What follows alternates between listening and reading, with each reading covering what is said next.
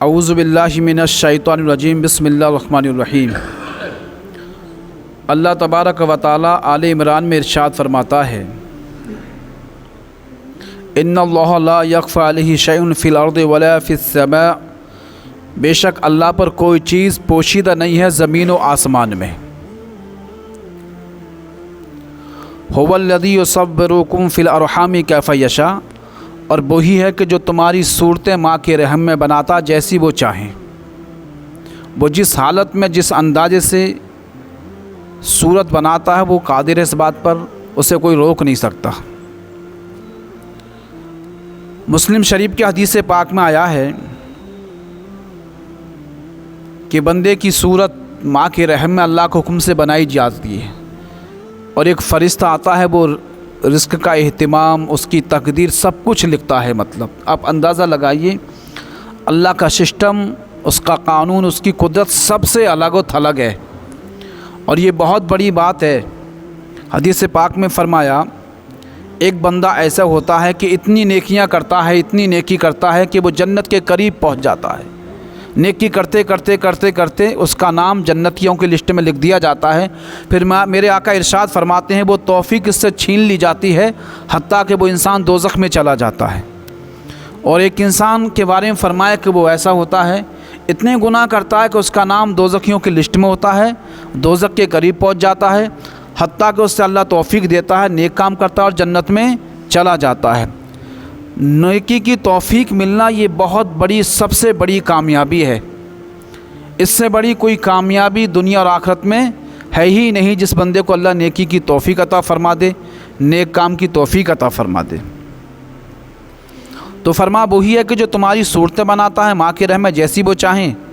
لا الہ الا هو العزیز الحکیم، اور وہی معبود ہے، وہی غالب اور حکمت والا ہے۔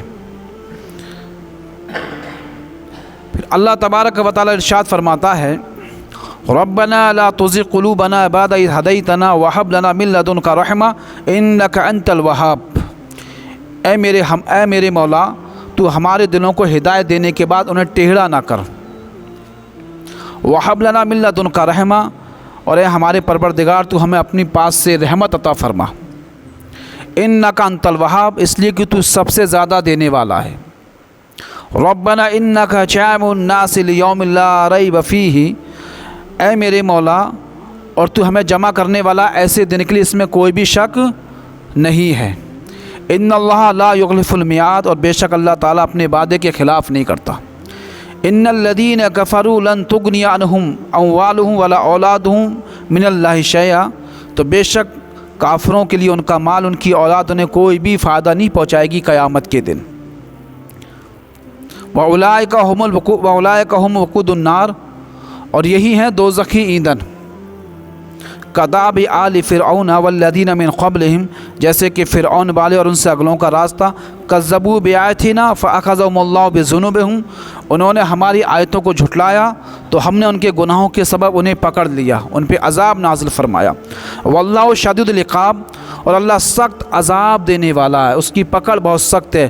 قُل لِّلَّذِينَ كَفَرُوا سَتُغْلَبُونَ وَتُحْشَرُونَ إِلَى الْجَحَنَّمَ وَبِئْسَ الْمِہَادُ، اور تم فرماؤ کافرو، ان قریب تم مغلوب ہو گئے اور تمہیں دوزخ کی طرف ہانکا جائے گا۔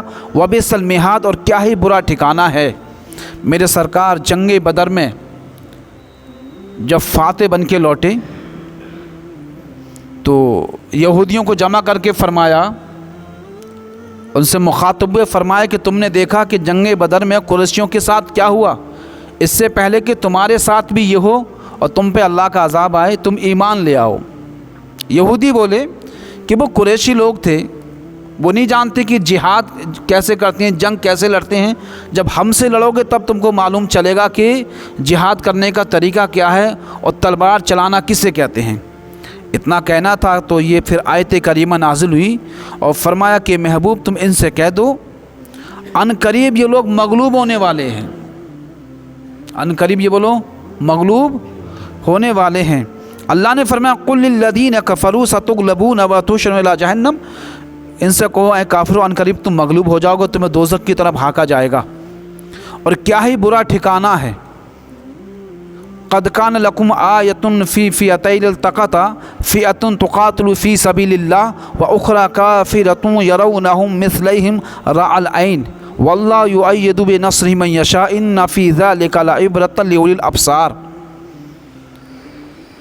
تم دو گروہ تھے جس میں سے ایک اللہ کی راہ میں جہاد کرتا اور ایک کافر تھا، اور اللہ جس کو چاہتا زور دیتا اپنی مدد کے ذریعے، اور یہ نصیحت ہے ضرور دیکھنے والوں کے لیے۔ تو میں آپ کو بتا دوں، اللہ کی ذکر کی توفیق مل جانا اور بندہ نیک کام کرتے کرتے برے راستے پہ چلا جانا، یہ اس کے لیے اچھا نہیں ہے۔ آقا فرماتے ہیں کہ ایک بندہ وہ جو اتنے نیک کام کرتا ہے، نیک کام برابر مسلسل نیک کام کرتا ہے، پھر آقا فرماتے ہیں اس کی تقدیر، اس کی کتابت اس پہ سبقت لے جاتی ہے حتیٰ کہ انسان دوزخ میں چلا جاتا ہے۔ اور ایک بندہ ایسا ہے کہ اتنے غلط کام کرتا ہے حتیٰ کہ اس کی کتابت اور اس کی قدرت سبقت لے کے جاتی ہے حتیٰ کہ وہ جنت میں چلا جاتا ہے۔ تو یہ نیکی کی طاقت اور نیکی کا وقت جس بندے کو اللہ دے دے، اور وقت سب سے بڑا آلہ ہے انسان کے پاس، جس نے وقت کی قدر نہیں کی اس نے سب کچھ کھو دیا۔ میں آپ کو بتا دوں، ایک وقت ہر انسان کو موقع دیتا ہے۔ کچھ لوگ کہتے ہیں یار ہماری گناہ کی عادت نہیں چھوڑتی، ہم گناہ کیسے چھوڑیں؟ اللہ نے تو وعدہ فرمایا ہے، اللہ نے وعدہ فرمایا، جگہ جگہ فرمایا کہ میرے بندے تو کوشش کر، میں تجھے توفیق دوں گا کہ تو گناہ سے بچ جائے گا۔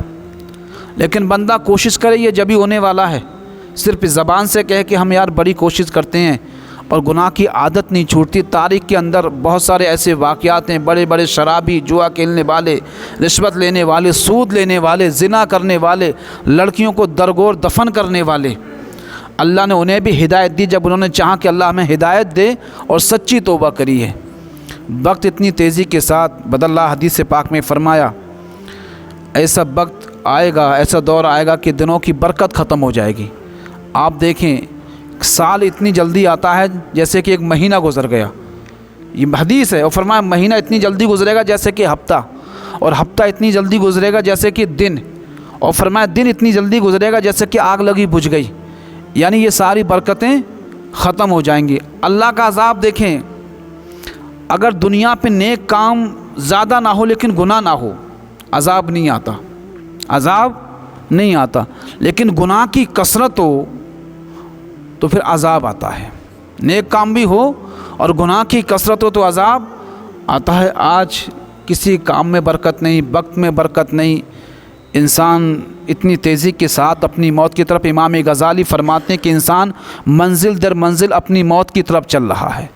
ایک دن گزر گیا بندہ تو اپنی موت کے قریب ایک دن ہو گیا۔ کوئی کہتا کہ ہم کامیاب ہو گئے، ہم پہ جوانی آ گئی، کوئی کہتا کہ ہم نے مکان بنا لیا تو ہم پہ جوانی آ گئی۔ امام غزالی فرماتے نہیں، یہ غلطی میں ہے، اس کا جیسے جیسے دن گزر رہا یہ ویسے ویسے موت کے قریب ہوتا جا رہا ہے، موت اس کے بہت قریب ہے۔